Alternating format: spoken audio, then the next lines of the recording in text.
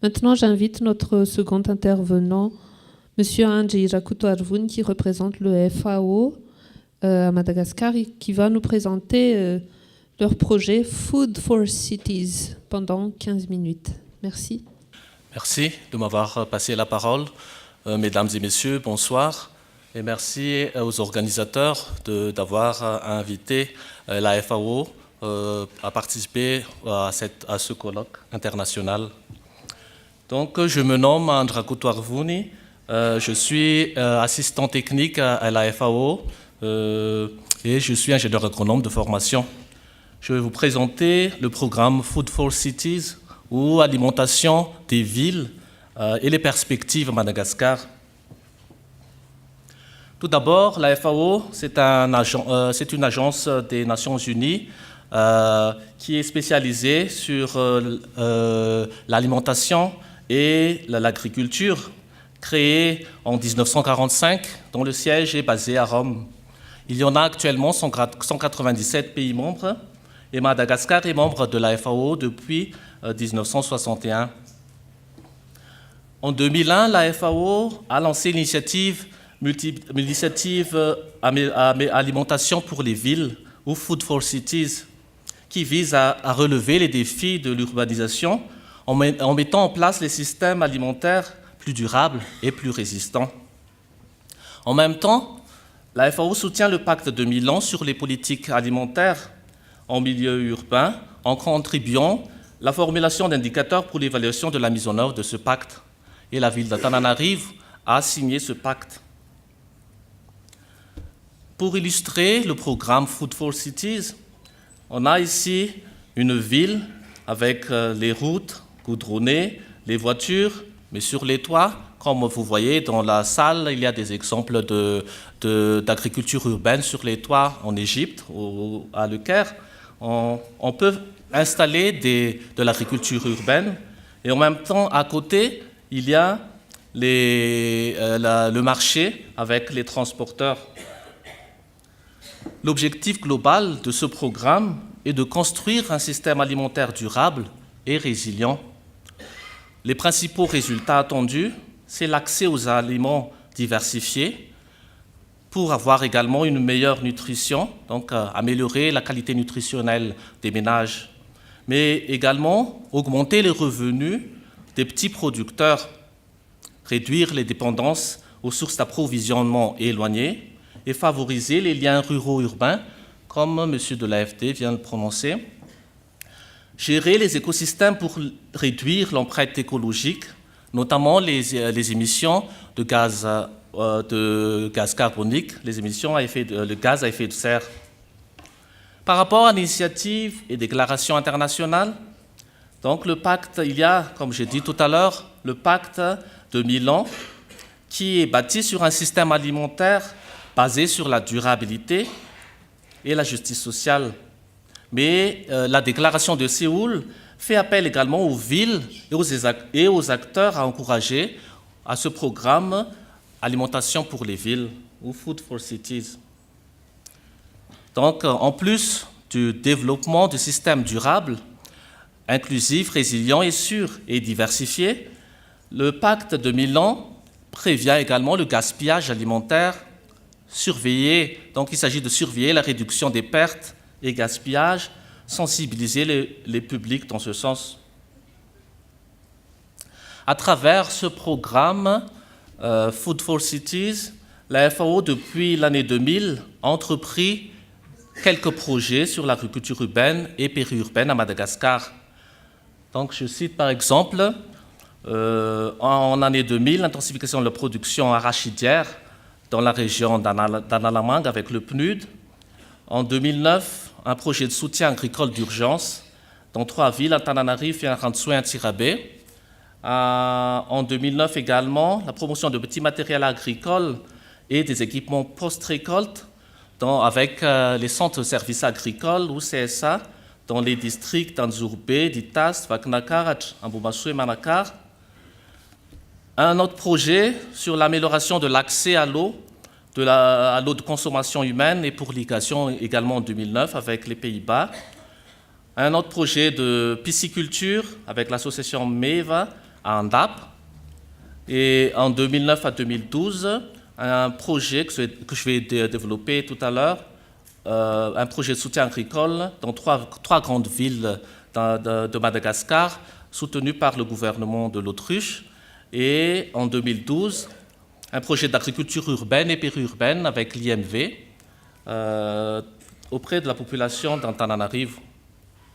Donc, par rapport à ce projet soutien agricole d'urgence des populations vulnérables dans les zones urbaines et périurbaines d'Antananarivo, Antsirabe et Fenarantsu, l'objectif global du projet étant d'améliorer la sécurité alimentaire de populations vulnérables dans ces trois villes. Donc, comme approche, la FAO a doté aux bénéficiaires des intrants agricoles, principalement les semences de cultures vivrières et de cultures maraîchères, les engrais, les pesticides, les petits matériels agricoles, donc les arrosoirs, les pulvérisateurs et les kits de micro-irrigation goutte à goutte.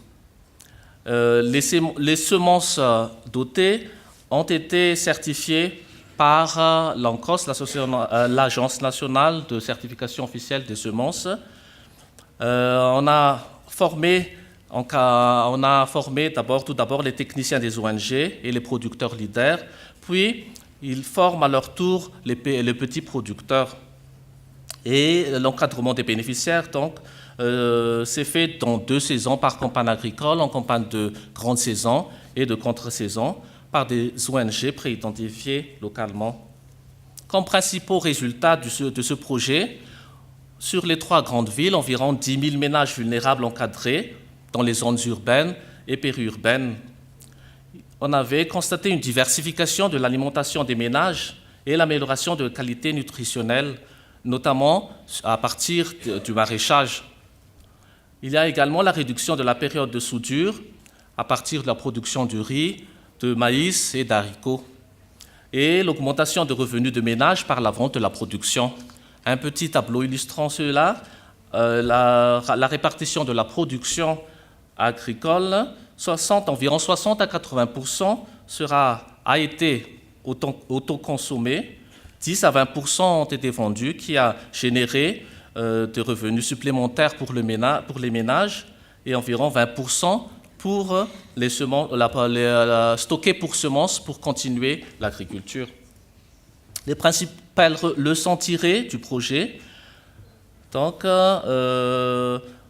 l'amélioration de la sécurité alimentaire et la création de revenus supplémentaires par le jardin potager a été constatée.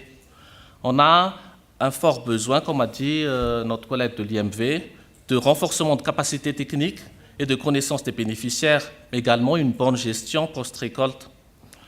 On a une nécessité également d'utilisation des semences de qualité et à variété améliorée, afin que les petits producteurs puissent continuer l'activité. Et il y a également le ciblage des partenaires travaillant déjà dans les zones pour capitaliser les expériences déjà acquises sur terrain. Et enfin, l'insertion des techniques d'agriculture intelligente face au climat, parce qu'on a constaté qu'avec la hausse des températures, la rareté ou la variabilité de la pluviométrie, l'agriculture, ces variabilités climatiques ont impacté beaucoup sur l'agriculture. Par rapport à cela, le climat change l'alimentation et l'agriculture aussi. La FAO a promu en 2010 l'approche et la technique intitulée l'agriculture intelligente face au climat. Cette approche est basée sur 3 piliers. Tout d'abord, il y a l'augmentation de la productivité et des revenus agricoles, mais également l'amélioration de la résilience des moyens de subsistance des agriculteurs par rapport au changement climatique, et enfin la réduction des gaz à effet de serre, de l'émission des gaz à effet de serre. Donc toutes les techniques comme l'agriculture de conservation, l'agroforesterie, la petite irrigation, la pisciculture, la riziculture SRI, toutes ces techniques-là sont englobées dans cette approche et technique intitulée Agriculture intelligente face au climat.